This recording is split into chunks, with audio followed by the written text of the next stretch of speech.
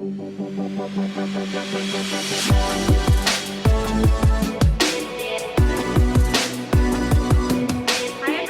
and welcome to our next episode of Six Figure Certified Coach. I'm so excited to introduce you to our next guest, Patience Murray. Patience, hi. Hey, Katie. I'm so happy to be here with you. I'm so happy too. And this is a full circle moment because I think it was when I first published my book, or I was getting ready to, you reached out to me and I was on your podcast. And that was one of the first podcasts I had ever been on. And so I'm so excited to be able to return the favor and interview you today and get to share your story. You know, I actually never knew that was one of your first podcasts. Oh, really? So that makes me feel really special. So thank you for having me here today. Yeah, I guess I did a good job of hiding it. But You did a great job of hiding it. Professional. You're a pro. So let's start off by you telling our audience a little bit about yourself and what you do. You have your hands in a lot of things. You are an author, you're a podcaster, you have businesses. Tell us everything. So, well, I like to refer to Marie Forleo's description of being a multi-passionate entrepreneur, someone who just is involved in a lot of different things. So I definitely feel like I'm a multi-passionate person, and writing is definitely at the core of who I am. And I'm realizing as I get older, I'm starting to go back to my roots of childhood, and that writing kind of not just with writing books, but creative writing. So writing ideas for different films or TV shows or even songs. So that's really where I am now. Is I'm in a more creative space more than anything, and learning how to translate my creative passions into entrepreneurship. So I have an organization called Pages of Poetry. And it's also the imprint that I use to publish my own book. So now I'm kind of expanding that into helping other people publish their books, but also anything else in that relates to creative writing, like music or poetry. So, and I realized that there's a lot of people who've been through traumatic experiences that find it therapeutic to use creativity as a way to express themselves, express their pain. So I'm definitely diving into that more in this season in my life and really getting back to the root, the genesis of who I've always been, very creative. So yeah, and my husband and I, we have a frozen treat company called Wild Eyes, and that's based here in South Florida. It's 100% natural, no artificial flavors.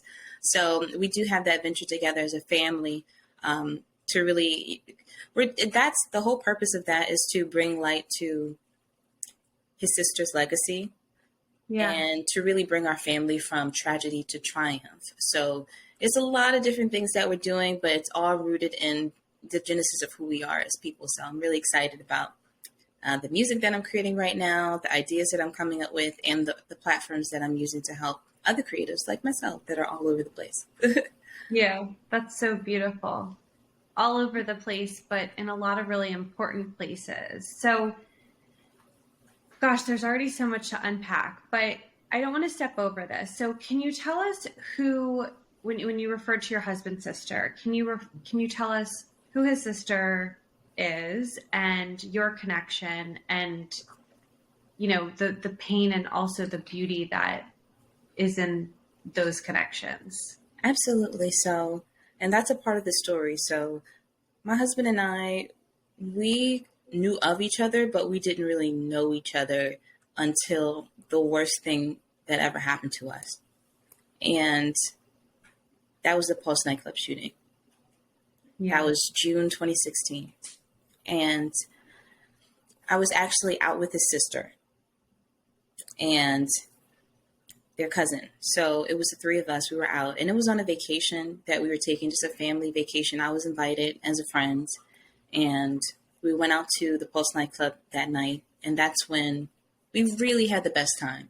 And I never want to gloss over that either, because we had the best night. It was the ultimate girls' night out. And I like to paint that picture because anything can happen at any time. So you really got to appreciate the good moments when you have them. And that entire night was a great moment. with them. So to move forward a little bit, so towards the very end of the night, so we had just danced the entire night away. That's when we heard gunshots coming from another part of the club. Come to find out, it was a man who had entered the club with guns and began shooting at the patrons there. And when he actually got into our part of the club, we had just re-entered from leaving out because we had made it out, but one of our friends was still in there. So we had to go check on her. And through that whole process of getting to her and then hiding in the bathrooms, we were shot. And unfortunately, Akira, that's my husband's sister's name, she was fatally shot and she didn't survive. So the whole connection that Alex and I have is really rooted in this tragedy, because it wasn't until after that shooting happened and basically healing with each other and talking to each other. He would tell me stories about his sister all the time, about how he showed her how to play basketball, and which is a testament to why she was headed to Mercyhurst University on a full basketball scholarship. So moments like that, stories like that, that really brought us closer together, and we ended up falling in love. And through that pain, through that tragedy, we ended up finding really that light in the dark place. So from there, we ended up getting married, and he has this vision, he has this dream of his sister, but also of the words "wow," and that's something that his sister would always say, like "wow, wow." That was a phrase that she would always say. And he saw the colorful words, the colorful letters, and he wrote it down in his notes. And then he just kept bringing it to life. And before you know it, it was wow ice. So in Philadelphia, where we're from, we had this product, this icy product, basically, that was really good that we will always eat in the summer. But the only thing is we wanted to improve that recipe and to really make it good for people, healthy for people, because it gave us joy giving our product to people and continuing that legacy of Akira. But we also wanted to make sure that it was healthy, and that it was 100% natural, and that there wasn't anything harming anybody in the product. So that's where we got to our new and improved recipe, and people were really responding really well to that product, but also to the story, to the movement that we have continuing Akira's legacy. So we're just grateful to be where we are right now. And as far as, business goes, things are going great. We're heading in a really dope direction, and we're really excited about 2023. Yeah. Wow. Okay. Wow. Wow. See? Wow. So you just shared so much with us, and I just want to acknowledge you for sharing your heart and being so honest and open and vulnerable. And you really quickly took us through years of pain to making sense of what happened, which is completely senseless, to finding purpose and beauty in what's left behind, right? What we still have, in, even reminiscing and looking back on like the fun night that you had. And I think it's so important to pause and for us to talk about some of those things, because, so many of us and so many of the people who listen to this podcast have been through traumatic situations, right? Yours is an extreme scenario, but unfortunately in the world that we live in, it's not unheard of. Right. And there's so many things, right? There's loss, there's physical trauma that our bodies go through, there's mental, there's emotional. I lost a sibling, which is something that I spoke about on your podcast. And so I connect to your husband, and I don't want to speak for him. Of course I can't, but it's so beautiful that you knew his sister, his sister's soul and energy. And I'm sure it's given him so much peace in the process that he can help keep her alive through the memory and the legacy, and that you're able to partner with him in doing that. Absolutely. Yeah. And I think that is also a beautiful part that you mentioned, the partnership of bringing the vision to life and continuing it. And I'm just grateful. And I feel like in a way that's a part of just, my duty of still being here as a survivor of something like that. I could have also not have been here. So I think there's definitely a level of responsibility just with my life and my existence of needing to use this time that I have here to bring light to stories that matter, to bring ideas to the world that matter. So. Yeah, absolutely. And there's also something else I want to sort of extract or point out, which is that, not only did you have a traumatic experience, you also are married to someone who experienced something very traumatic, right? And they're different traumas, even though they're very much connected, and you can understand some of it, but not all of it. And I just want to acknowledge too, like for those who are listening, who maybe it's not you who has been through something traumatic, but it's someone you love. It's your child, it's your parent, it's your partner.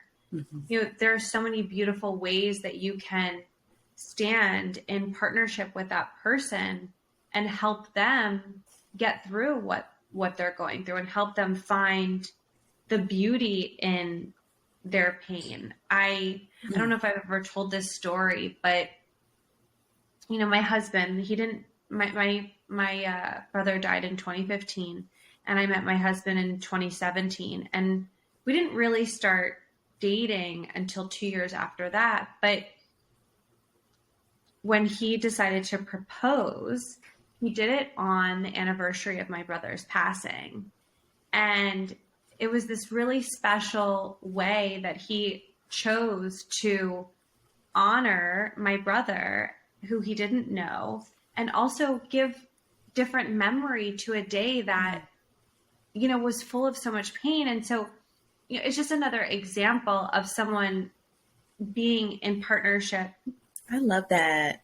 Yeah, it's special, but it's also like, it's an interesting choice. Like we have so many opportunities it's hard, right? It's hard when something's so heavy in life and you're not sure, how do I lighten it? How do I bring light to it? Is that even okay? Right. And so I think that's one thing that I've just always really connected with you on, is that you went through this horrible situation, and yet you're living. And so what are you supposed to do with that? Right? Like that's what we feel, this responsibility of like, I'm a survivor. And so what am I going to do with this? How am I going to choose to rework this in my mind for the world? Absolutely. I 100% agree. It is a thought process. It's an internal journey for sure. Yeah. And for a long time, I think I felt like I was failing or wasting space in a sense. And that was really hard to get over, those feelings of not, because I already had my roots of feeling unworthy just from childhood, how I was brought up, not having a mom in my life. So I already felt unworthy. So when you add an experience where, 49 other people didn't survive, but you did. Yeah. It just adds to that level of, what am I supposed to do? And if I feel like I'm not doing what I'm supposed to do, then I feel like I'm failing and I feel like I'm worthless. So it was just a bad cycle that I really had to get over. And I believe that I'm on the other side of that now, of realizing that there really is no wrong choice that I can make if it's true to my heart. So, and I think also when we survive things, we sometimes put on a facade or some sort of cape of being this example for somebody, you know what I mean? Instead of truly just being who God called you to be. And I think I'm starting to unravel that facade of just trying to be this person that I really wasn't, and it's not that I don't care about certain topics or I'm not passionate about certain topics. It's just that I'm transitioning and I'm becoming someone that I think I I believe that I was always supposed to be this person, this creative person. That's who I was as a kid.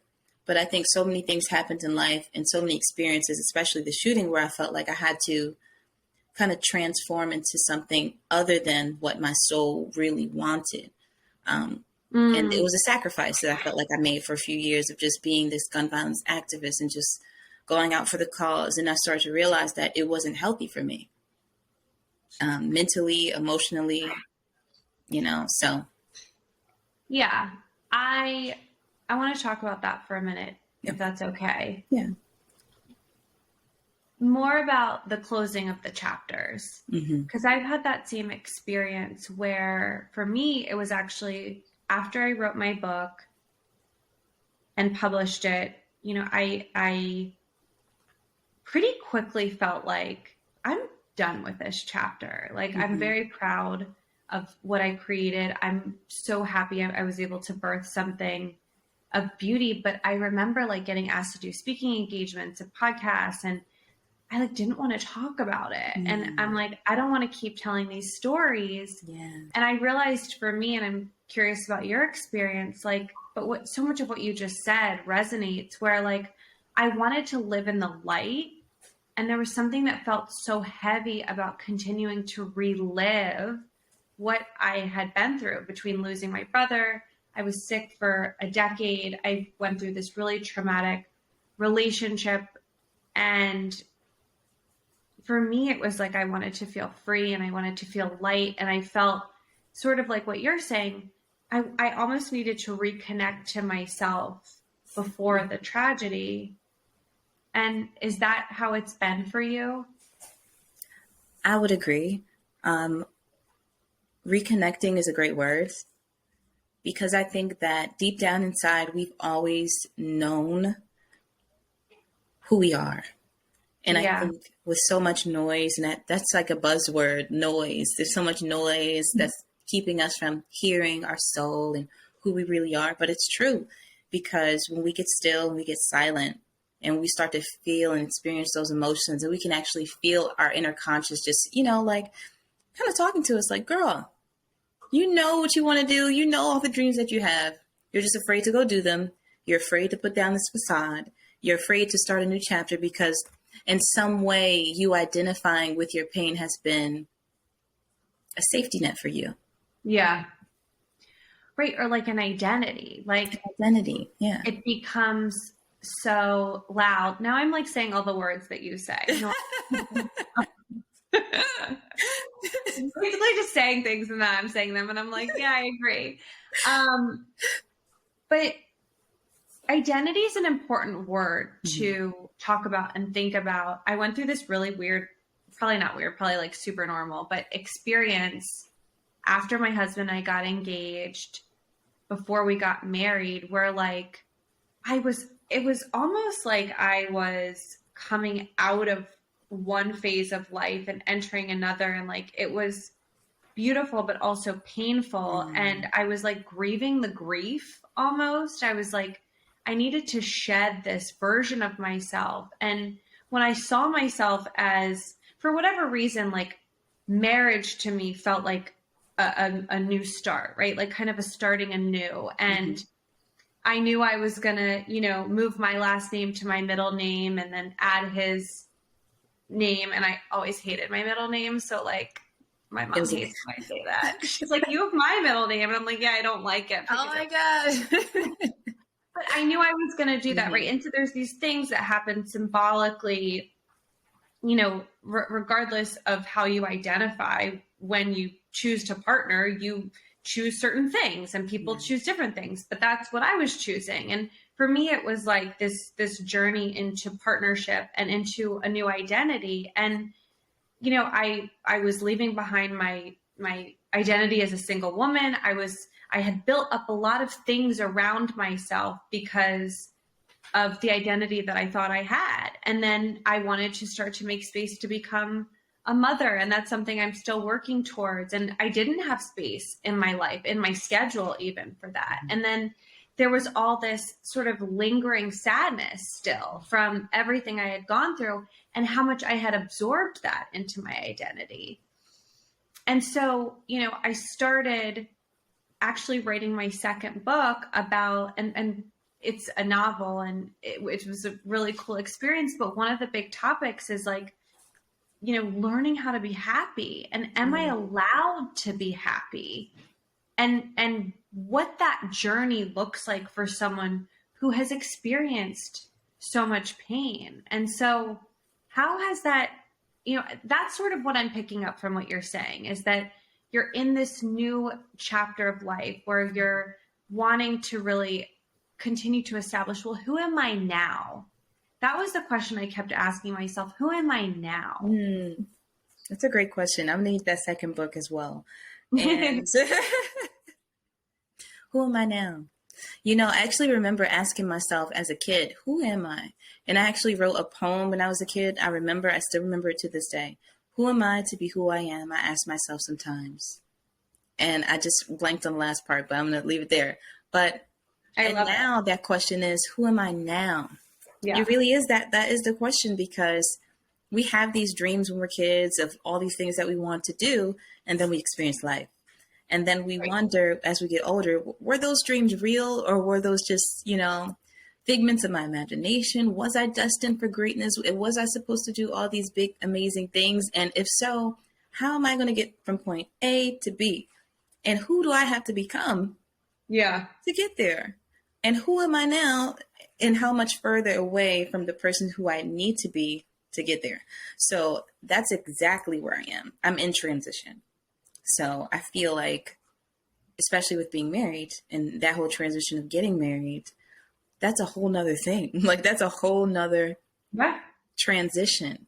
And I think I think it's a little bit harder for women, especially who are in marriages, to come to that sense of connection with yourself, because you want to take on these roles. Now I'm a wife. Now I want to be a mother, and me, I'm a stepmom. So I'm a stepmom. Mm-hmm. So we're putting all these labels and categories on ourselves that we kind of condition ourselves into.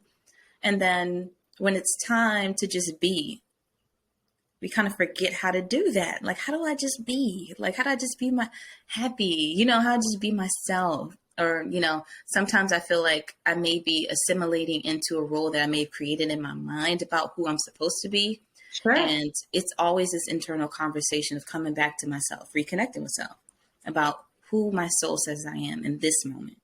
And if I realize just taking it moment by moment and just, connecting with myself in each moment, I think that really helps me learn myself over time with the patterns of who I am. And that helps me see who I am in full, because I think in each moment we're different depending on the moment. And what I've learned over really last year was just kind of paying attention and jotting down where my consciousness were in certain moments, that, okay, this is who I am. So I'm starting to see a pattern here. I'm starting to see these ebbs and flows, but it's all the beauty of who I am. And I'm okay with that. I'm not going to try to ignore the ugly parts, because they're also a part of who I am. But I'm just going to embrace every part of who I am and bring it all together into this essence of me, Yeah. So if that makes sense. I think that in this moment part is so powerful and so beautiful. And, I think maybe it's like being a writer. So maybe you share some of this too, but like, I think of it also in terms of like chapters or books, or, even themes, right? Like a book can have multiple themes that weave throughout the book, right? Mm-hmm. And maybe like one theme is like, coming of age, or what does it mean to be a woman in the whatever world that the book is set in, right? Whatever timing. And it's like a book can explore these themes. And I look at us like that, right? We all want to bring that main character energy to our lives. And you can have a consciousness and an awareness around what theme am I living in? Am I playing with? Am I exploring? And am I discovering, right? Like, you're the main character of your own book or of your own anthology. Like, it doesn't have to be one book. It's likely not one book, right? And, if we look at even our relationships that we've been in, our different chapters, or maybe one relationship was a book, right? And maybe that book ended, and it's like, okay, but like there gets to be a next book. Exactly. And I think that's so important for us to realize, like, stories don't have to end because a book ended or a chapter ended, or we get to keep going, and we also get to rewrite things. And I'm curious about your experience with this, but do you feel like writing for you has been therapeutic in the sense that when oftentimes we can't control what actually happens in life, but writing for me gives me some control over the process and over what I do with what happened. What are your thoughts on that? That's an interesting way of looking at that. So a lot of times I feel like I am a bit of a control freak sometimes. And it's really an internal thing. It's not like I'm outwardly, but I'm anxious. I feel it, the anxiety. So when I'm writing, I think it's more of for me, it's because my writing these days, I'm just letting my consciousness flow and my notes. So it's more of a journey for me now with my writing, because I'm just kind of letting it flow. And in that, I feel like it's more of a practice of me letting go of control and allowing whatever energy I'm feeling in this moment, or whatever I'm supposed to be channeling, or, just to allow that to just come through me and not get in the way of the process. Yeah. So in a way, for me, it's the reverse of the writing is kind of surprising to me now. The certain things that I write and I read back and I'm like, whoa, I didn't even, it was a great way for me to put that in those words. I don't think I would have been able to do that just speaking or in the first couple sentences. I don't think I would have came to that conclusion, but it was a surprise, for me to come to some of the thoughts that I have on paper. So for me, it's writing right now is a lot of unknowns, because I think when I wrote my first book, it was more so I had a clear plan. It was the control. This is what I'm going to write about. This is what I'm going to write about here, here, and here. And I'm okay with that. And I realized it was a very rigid process. So writing now, I just allow myself to be a little bit more free and, experience those surprises along the way of thought. Just, I would encourage anybody to do that. Just free flow, right? And just see what your soul says back to you. Because I think in a way we're writing to ourselves also. Yeah, I think we're writing to ourselves. I think that, spirit can channel through us and we can allow it. It sounds like for you that writing is a place where you actually can surrender, and you've learned that as a practice. It's a great way to say that, Katie. I like words. That's it right there. Yeah. Perfect way to say that. So a couple minutes ago, you were talking about sort of how you had an original vision for your life. And you said something like, was I really made for greatness? And sort of these questions that you've wrestled with. So, what was your vision for your life growing up when you were a kid? What were some of the things you saw or felt or visioned for yourself? Very grandiose. I wanted it to be the next Oprah, the next Tyler Perry. I wanted to be the next Whitney Houston. I just wanted to be everything. Like, you know what I mean?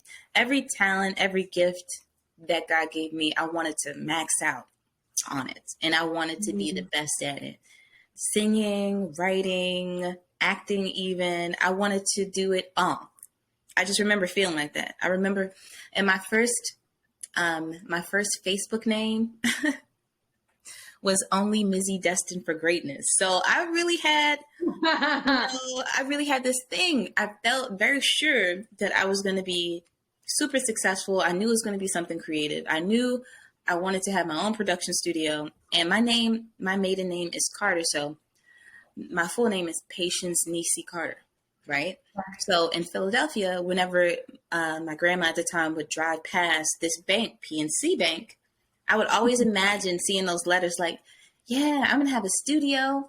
PNC Productions. Like, I remember these thoughts as a kid. I love So really larger than life, and nothing in my life at the time, nothing in my upbringing, nothing in my environment would give me that indication that that was even possible for me.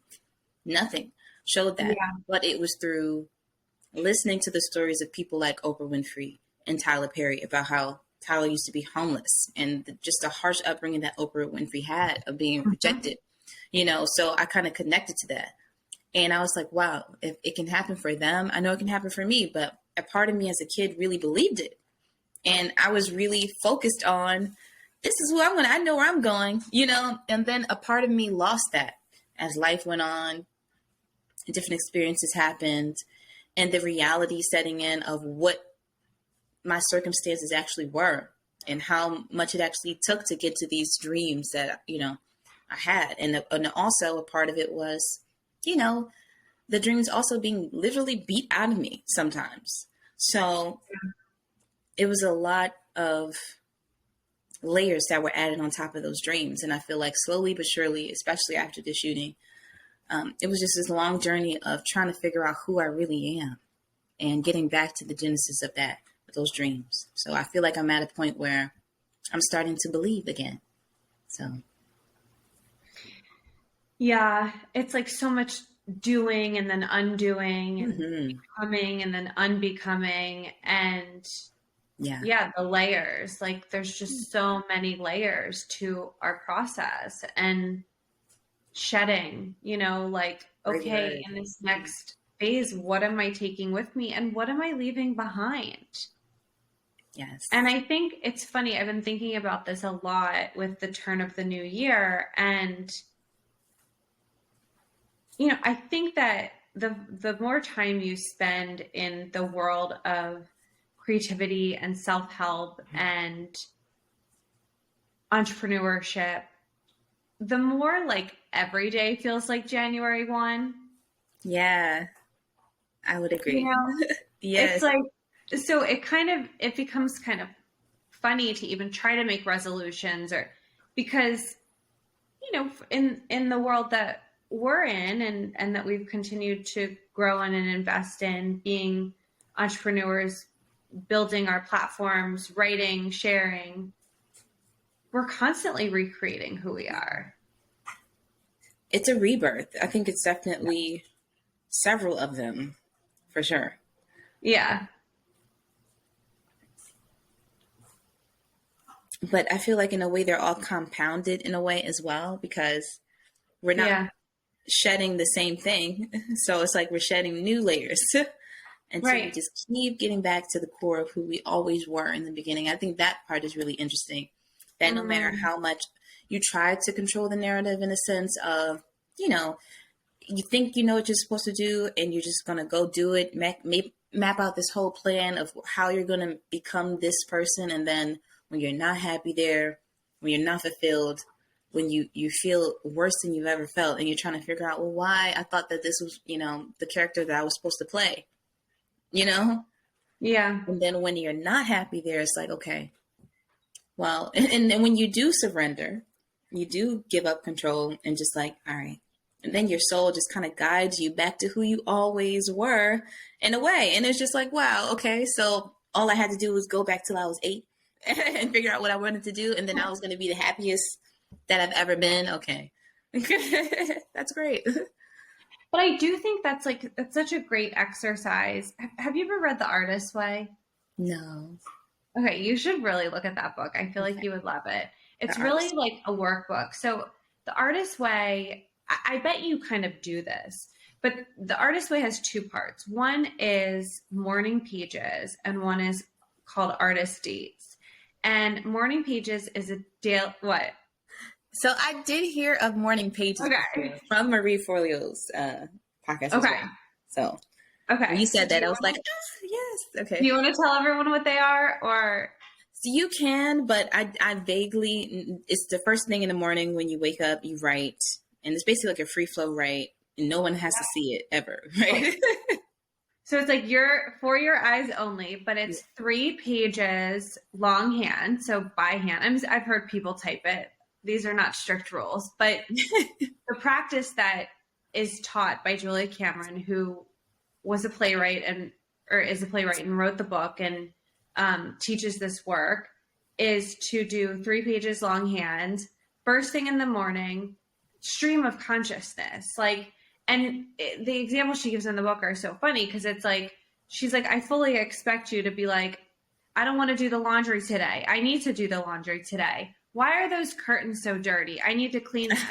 And then go on and write something brilliant. And, you know, she talks about her years of using this practice and her students' years of using this practice and characters showing up on the page one day and, you know, stories coming through and plays coming through. And from like earlier when you were talking about like you were saying like right now you're writing, it's not like you're like, I'm writing a book, like, right. But you're just writing. And I think sometimes we can have a judgment about that. Like, well, what's the point? You didn't say this, but I'm saying it. Like sometimes I feel like, what's the point if I'm just like writing in my journal, right?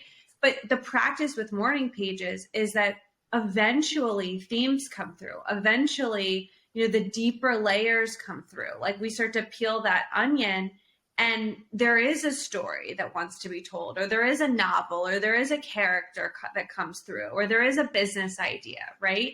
Mm-hmm. And so any time in my life where I'm between things, like I'm just feeling stuck, or I know I'm sort of, you know, between books or between chapters and I can't quite figure out where I'm going next. Mm-hmm. This is a practice that I've really taken on and always go back to because it's so important. And then the artist dates that she teaches are, you know, probably something that you do. She's really adamant about going alone and like not doing it with a friend or your partner or whoever you're dating or whatever, but you're just supposed to, I think it's 1 hour a week, go do something creative that like, there's no purpose. Like it's not a school assignment. It's not a work assignment. Like you're just going to do pottery for an hour, or you're painting for an hour, or you're going to a museum for an hour, but it's an artist date. It's a date with your inner artist. And so the whole point of the writing and the artist dates is to bring out the art that exists within you. And one of the practices that she talks about in the book, because, you know, it's based on a 12-step program. Like she uses like sort of like the AA framework to like for recovery. And it's like 12 steps to a creative recovery. So she's talking about like recovering your inner artist, which there's so many parallels that she talks about that are recovering your inner child. And she takes you through these exercises where she's like, what did you love when you were 5 years old? What did you love when you were 8 years old, right? Like, what did you want to be when you grew up at that age? And using that intelligence to reconnect to who you are today and sort of like become whole again. Yeah. Because we become fragmented sometimes as life, you know, takes us off course and challenges happen and tragedies happen and heartbreak happens. But what I'm getting from this conversation and from you is like this reconnection to the self, like the self of origin. Yes. Self of origin. That is perfect. Origin. Yeah. And it's like, in a way, I feel like there's also maybe some blending of, you know, us now and us then, because you have to, and the reality is we have to adapt, right? And those dreams that I had as a kid, you know, and now I got to make them SMART goals. Right. So, right. So definitely a blending as well into who we are in this moment. And that creates the who I am now, I think. So that's beautiful. I mean, I got to read The Artist's Way. She sounds right on it. It's speaking directly to my soul. I'm sure to everybody who's listening who is an artist as well would agree. For sure. Yeah. It's a good one. It's a classic. Definitely. Okay. Yes. Okay. So before we go, I want to remind everyone that they can read more about your story and support you and get your book on Amazon and probably other places online, but I always feel like Amazon's easier. Yeah. But your book is called Survive Then Live. Yes. And it's a beautiful story, a true story of your experience and how you came through to the other side and learned not only to survive, but to live and to thrive. And now I'm seeing, talking to you today, even the next chapters and the next book, whether it becomes a book in literal form or, just figuratively, how we look at our lives. I see where you are now, and there's going to be so much more, right? So It's really beautiful, and I appreciate you sharing your heart with us. Oh, no problem. Thank you. And thank you for sharing your heart with me and everybody who's listening. So we appreciate you, Katie.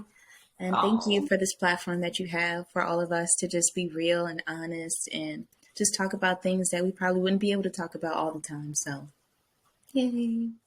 Yay. Well, thank you so much. And thank you for being here and giving your heart to us. We really appreciate it. No problem. Bye.